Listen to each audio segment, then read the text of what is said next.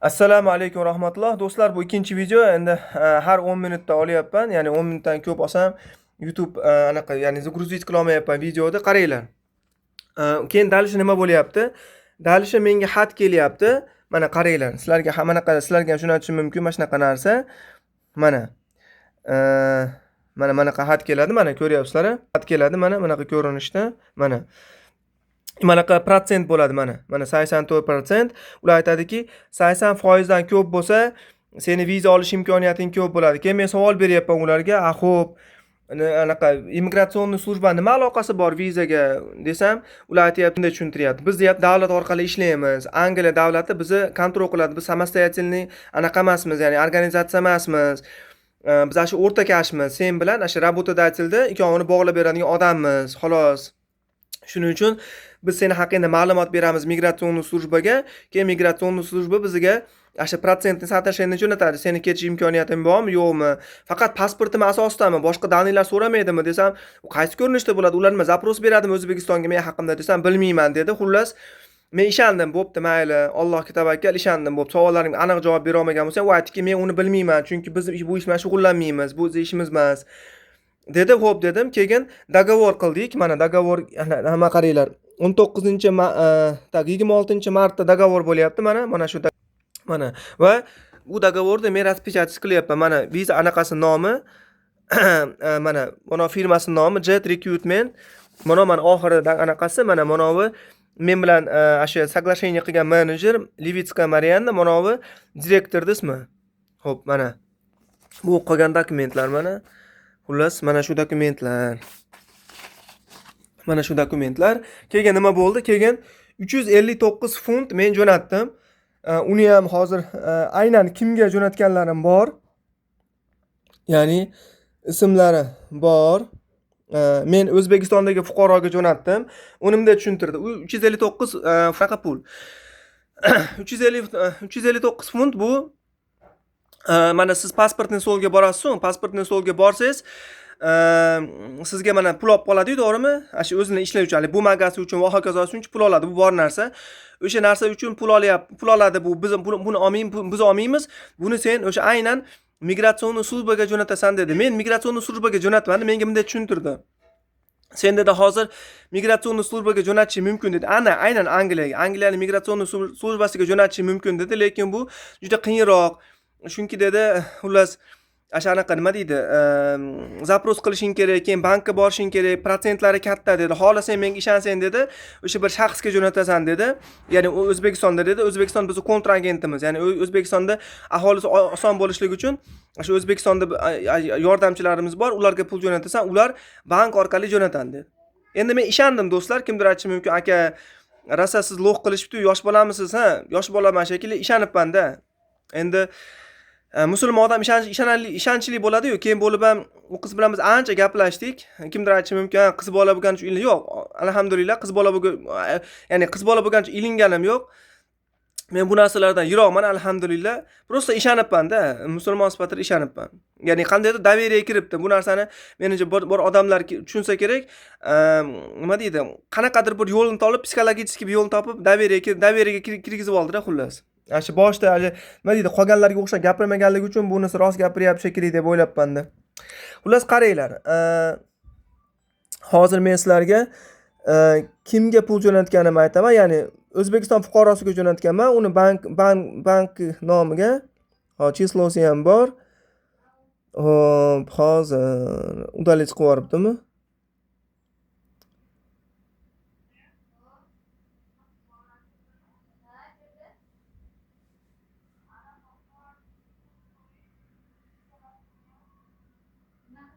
Mana ekan. Hozir mana jo'nataman, hozir mana ko'rsataman. Mana hozir istayap. Tak.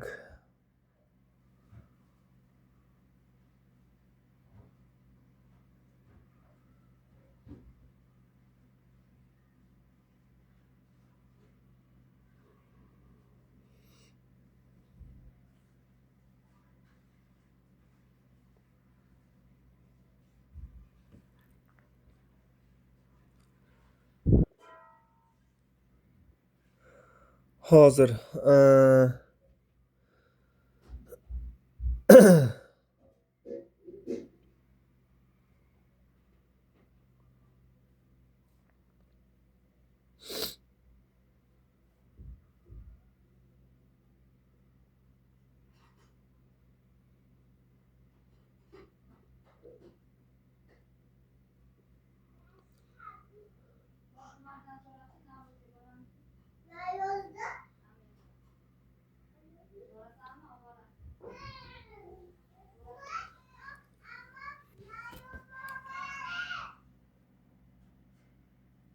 Hozir istayapman do'stlar.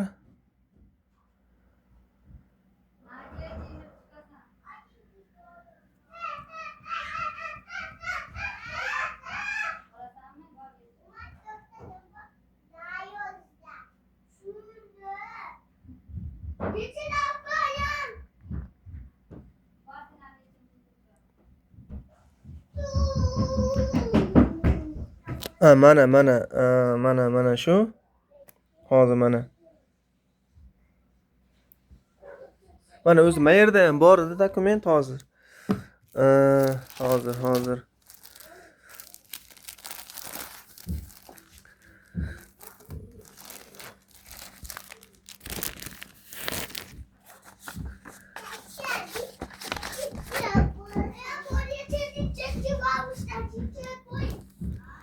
Yo'q, bu boshqa.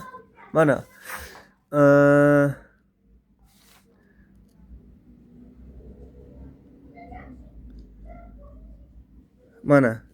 Mana shu odamga men jo'natyapman mana. Mana Krasayeva. Krasavtseva. Mana birinchi 359 funt jo'natdim.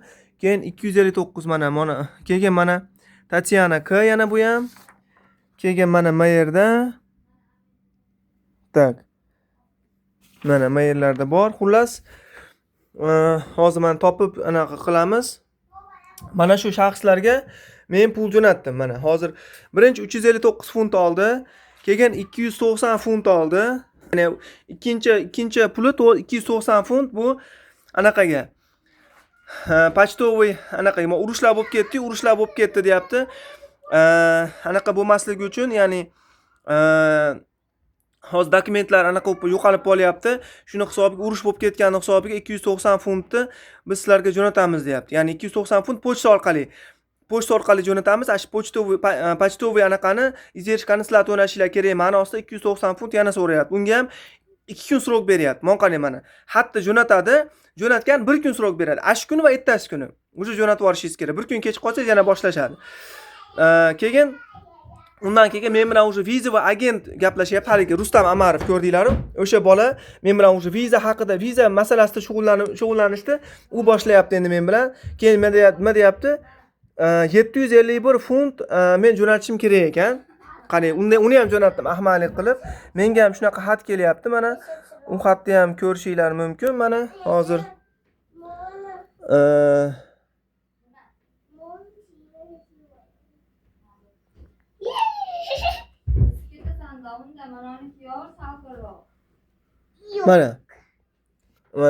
Mana shu xat kelyapti mana. Mana shu xat kelyapti mana 751 funt jo'natishim kerakligi haqida. Mana mayerda bor mana. Aytyaptiki mana работодатель 1284 funt jo'natdi, 751 funt sen jo'natishing kerak deyapti. Mana xatni o'qishinglar mumkin. Bu nima endi bu 751 funt? Xullas, bunday qilib tushuntirdi. Biz mana hozir odamlar o'zi ketyapti-yu, mana hozir asha o'zlari topib o'zlari ketyapti mana anaqaga. Davlat orqali emas, o'zlari ketyapti. Mana firmalar orqali. Davlat endi hozir kuyib qolyapti, O'zbekiston davlati. Chunki biz hisobimizdan nalog oladi, biz hisobimizdan masalan o'zi 16 funt bo'lsa ish haqqimiz 12,5 funt berib bizga 4,5 funt olib qoladi. Shunaqa tushuntirdi, ishonibman-da. Xullas, bu 751 funt O'zbekiston davlati nalogi ekan oldinda. To'g'ri kulgilik, lekin ashpat ishonibman-da. Xullas, ash pul jo'natdim. U ham 12 million mana shu cheklar turibdi. Undan keyin menga yana xat keldi. Men aytyapman, meni pulim yo'q. Hozir agar buni jo'natganimdan keyin men zo'rg'a haligi telefon olib har xil magazinlardan uni sotib olib oshnam orqali pul qilyapman. Men zo'rg'a pul topyapman, sen ishonyapman desam, bo'ldi, boshqa pul olmaydi, boshqa pul so'ramaydi dedi. Xullas, ikkinchi qismi keyingi videoda.